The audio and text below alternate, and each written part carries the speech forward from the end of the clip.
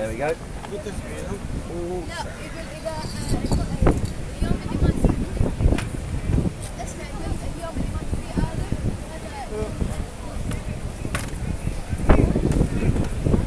Stable. How you doing, alright? Starting a bit late today.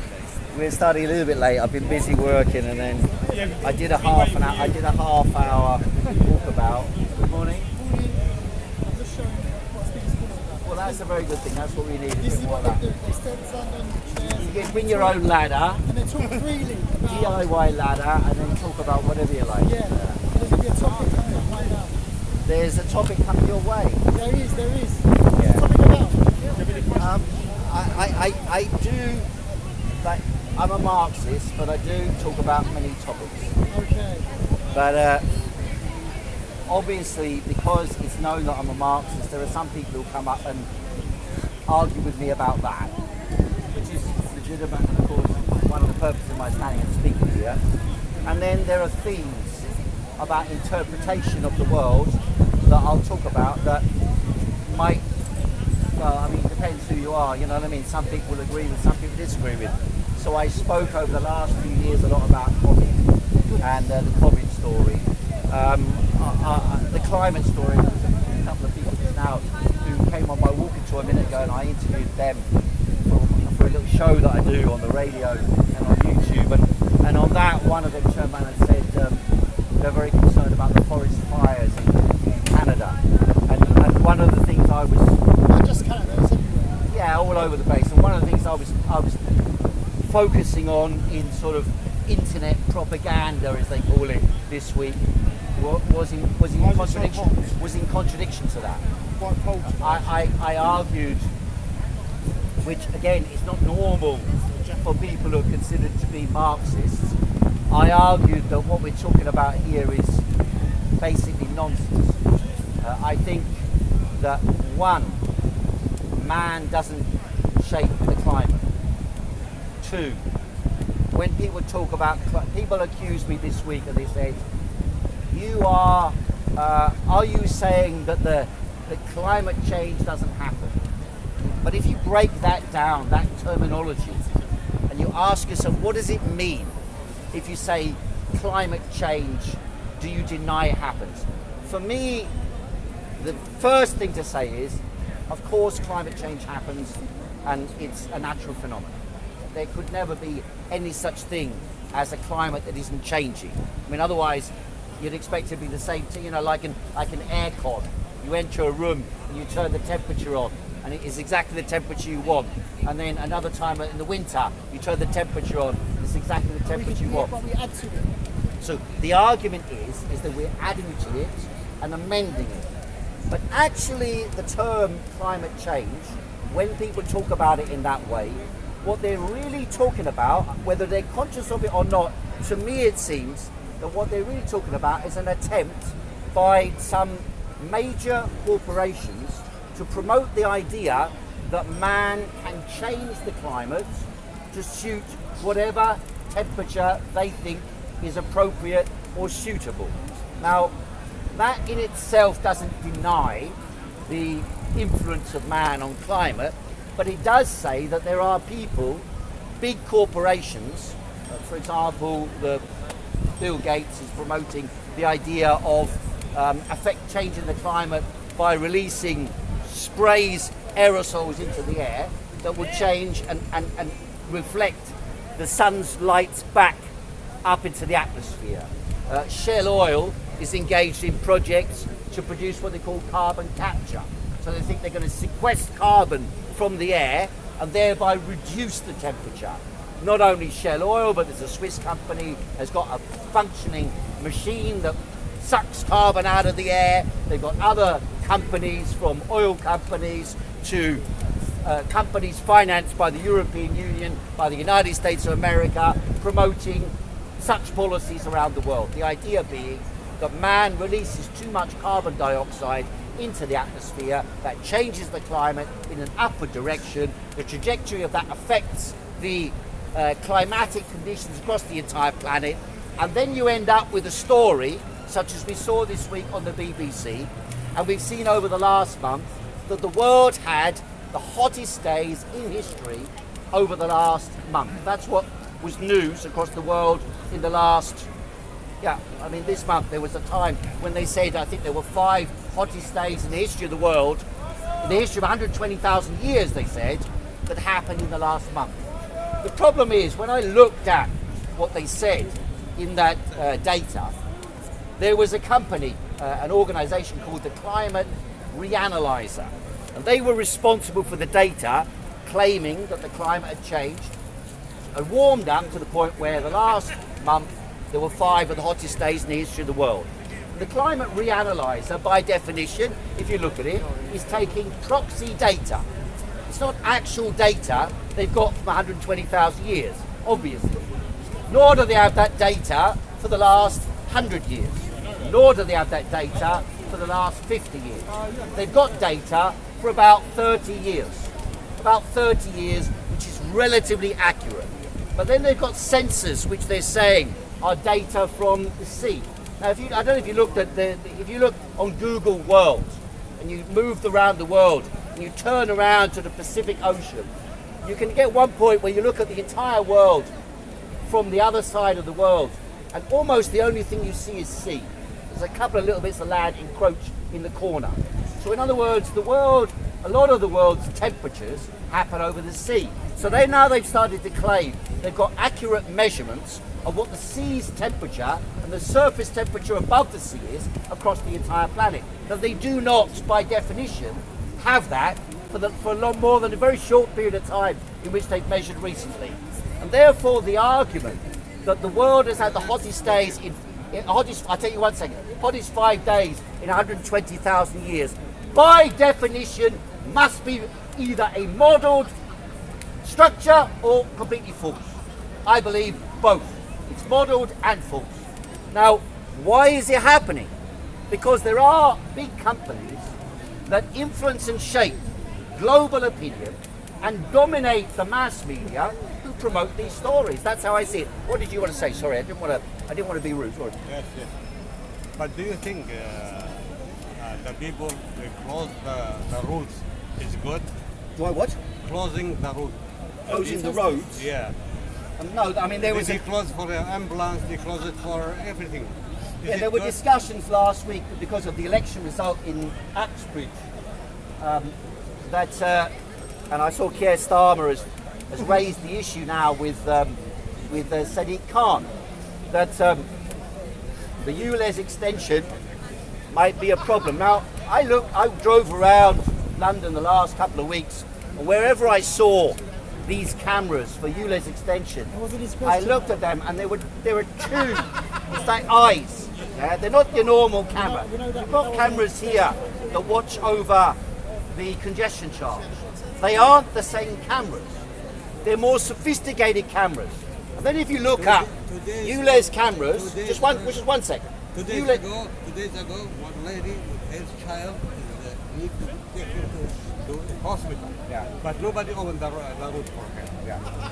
Well, I agree. I mean, what happened was What is at the beginning of the COVID story, suddenly, you might remember in London, when COVID started, suddenly if you dared to leave your home and you walked down the street, everywhere in London suddenly there were huge pathways taken over in the roads with metal barriers and signs on the street. They had them just here, for example, taken up half the road, and it said in blue, "Street safe, keep 2 meters apart."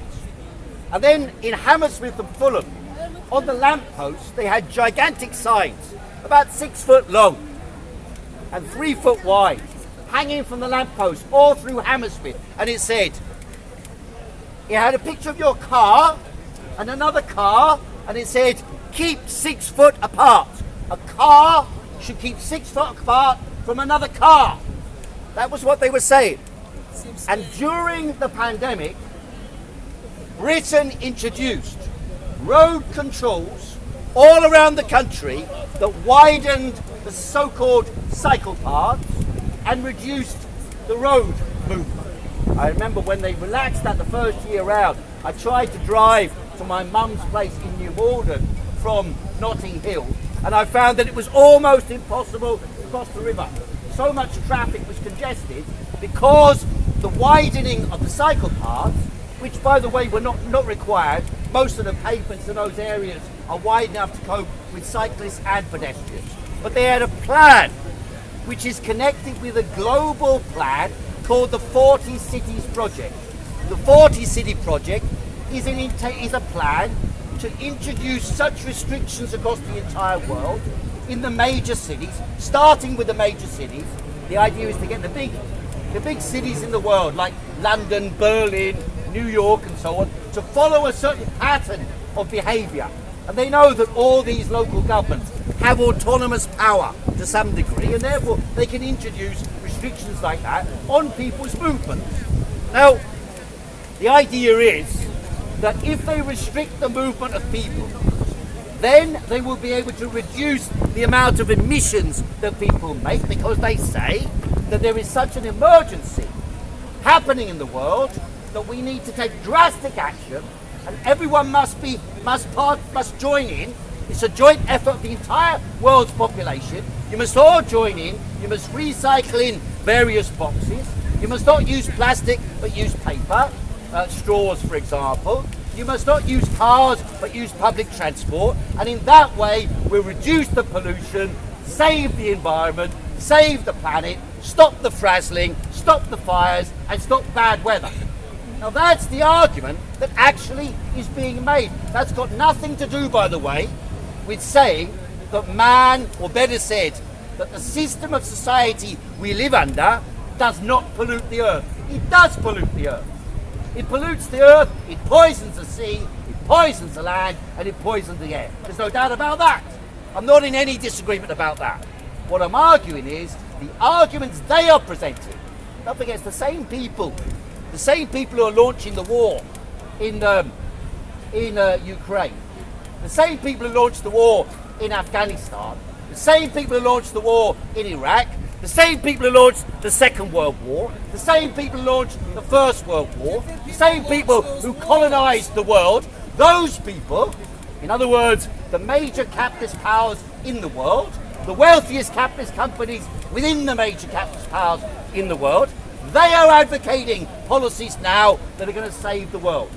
So if you believe that, I think you should at least have a skeptical attitude as a minimum towards those.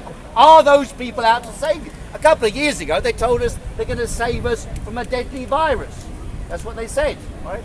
You check the World Health Organization, and I get their media feed every day, 3 or 4 emails from the WHO. As a journalist, I get them messages from the WHO. And they have a weekly update on COVID deaths. Every week they have an update on COVID deaths. You know how many people are dying now of COVID? Around 4,000 people a week, according to them. 4,000 people a week. Out of infections, they claim 170. Now they claim that of course is no longer do we measure how many people accurately measure. But when did they ever accurately measure? When did they ever Are you saying that if you go around and test everybody on the planet, that you get an accurate measurement? You're bound to get false readings, because at no stage anywhere in the world did they run tests at the test centres with tests that had nothing in them, nothing, let's say water, and tests that have got COVID in them.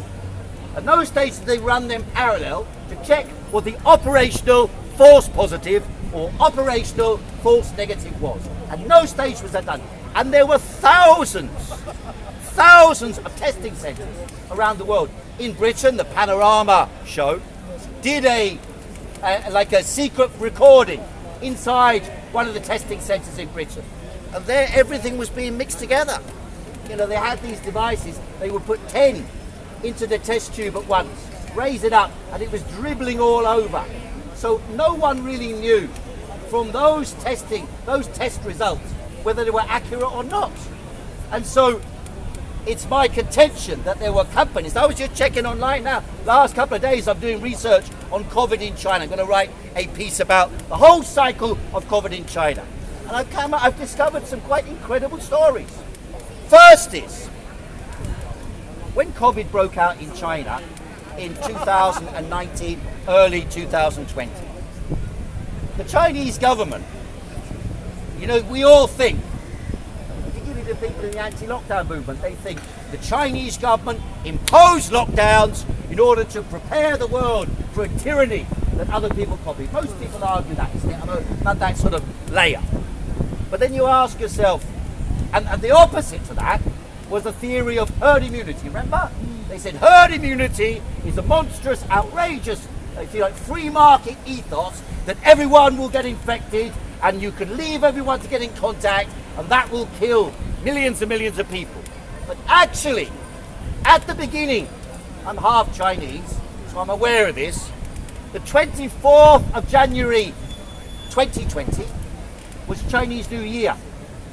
In the 12 days before Chinese New Year, 1 billion trips were made in China. 1 billion. 1 billion. Everybody visited their family. They gathered together and watched a show on the 24th, one day after the lockdown in Hubei. They gathered together, 590 million television people watched the television show, the Chinese New Year Gala, on the 24th of January 2020. Then they tell you that China locked down the whole country for 3 years. In actual fact, I looked at all the lockdowns in China. I studied all the reviews and studies on this question. You lead an interesting life, Mr. Speaker. I live a bit of a dull life sitting in front of a computer reading these things, but c'est la vie, somebody's got to do it. And I discovered this week that the first lockdown, the second lockdown, and the third major lockdown, 70% of the population were not under lockdown. Only 30% of the population of China were ever under lockdown at one time. Only 30%. Whereas in Britain, in Germany, in France, in Italy, and in the European countries, everyone in the country was under lockdown at one time or another, except for in Sweden. By the way, the death rate in Sweden is no higher than any of the other countries in Europe. So the lockdowns and the studies, global studies about these questions have shown there was no benefit to lockdown in terms of impact on life. No benefit whatsoever. But we didn't know that in advance.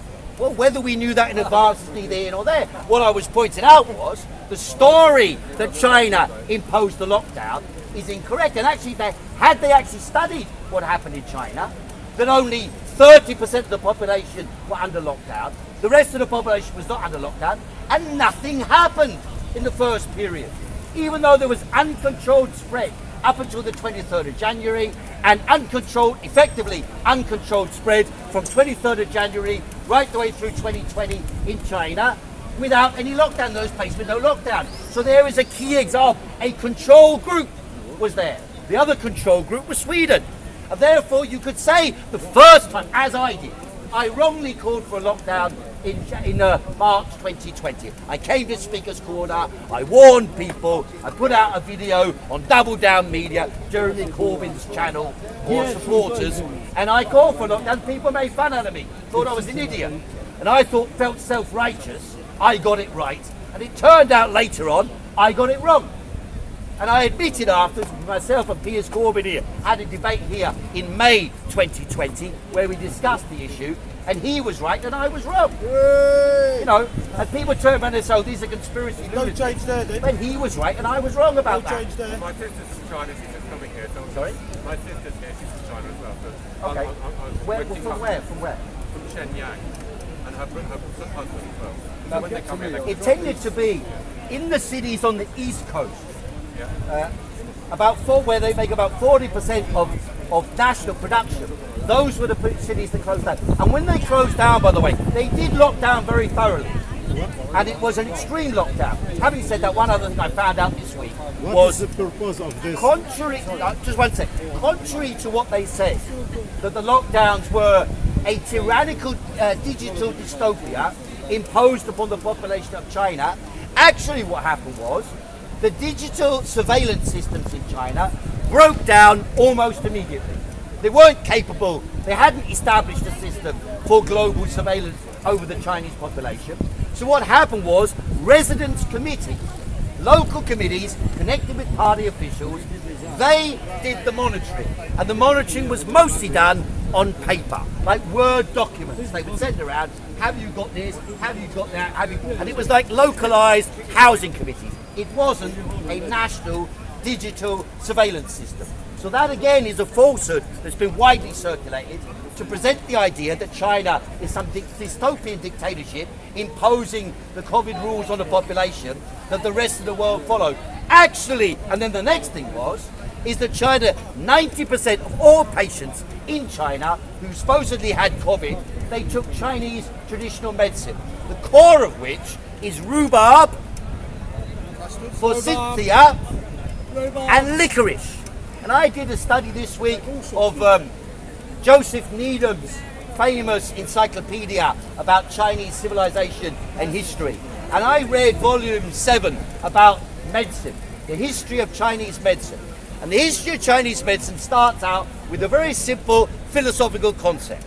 There is, in the universe, male and female. And that male and female, the yang is the female, the yin is the male. And they have different features and characteristics which interplay in human and animal life. And they interplay in a way that's affected by the climate, by the weather. And the weather affects and climate affects how human beings react physiologically to the external environment. And if you feed yourself well, if you keep your body in a good condition, the Taoists used to believe you could live to 100 years of age. Now, 100 years of age is a little bit optimistic, but the idea that there is some, if you like, way of approaching human behavior that allows you to live healthily and well, that's at the core of the belief in Chinese medicine. And so I used to think, oh, it's more esoteric. I used to teach in China, professors in China. I taught at the Shanghai International Studies Institute in China. And there I taught people who were traditional medicine, and I taught people who were folk medicine, and I taught people who were brain surgeons and Western medicine. And all of them agreed, this was 1991, all of them agreed that Chinese medicine is good for simple conditions. And COVID is a simple condition. It's a physical condition to do with pneumonia. It was described initially as pneumonia of unknown origin.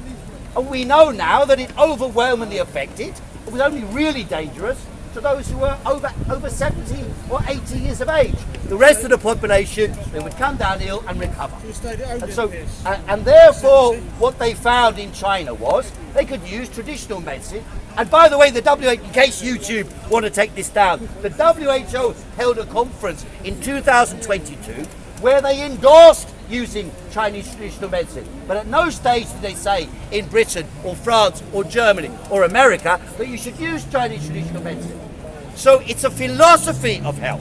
Now, in the anti-lockdown movement, there were quite a few people who were talking about natural medicine, natural health, and so on and so forth. And I was quite skeptical of them. But actually, when you think about it, of course, if you look after your body, if you eat well, if you do some physical exercise, the likelihood of you coming down ill, the body, the terrain under attack, is obviously likely to defend itself against attack.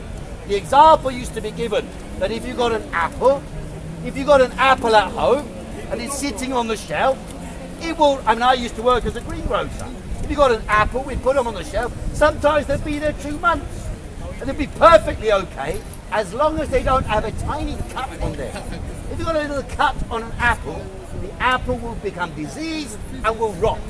So it is for the human body. The human body has skin that protects you against viruses. You don't get them through your skin, right? It enters through the mouth and the nose. Respiratory illnesses, respiratory viruses, as they're called. And then you've got protection in your throat and in your nasal passage. Mucosal protection. The mucosa have defense mechanisms within them. The snot in your throat and your nose protects you against viruses and against bacteria. It has a memory of those past infections and protects you against them. Whereas they did not say this to people.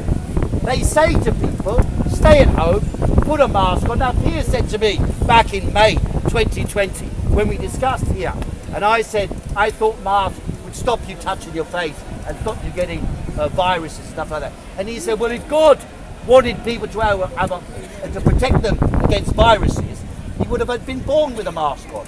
And no animal is born with a mask on. And that's a simple, it's logic, that's how all the species on Earth exist and survive. This man, however, has got his own mask. It's the Father Christmas mask, and this man here as well. Because they might accumulate their own material on it, but we won't go into that. So anyway, those are the points on that I've been finding out about that.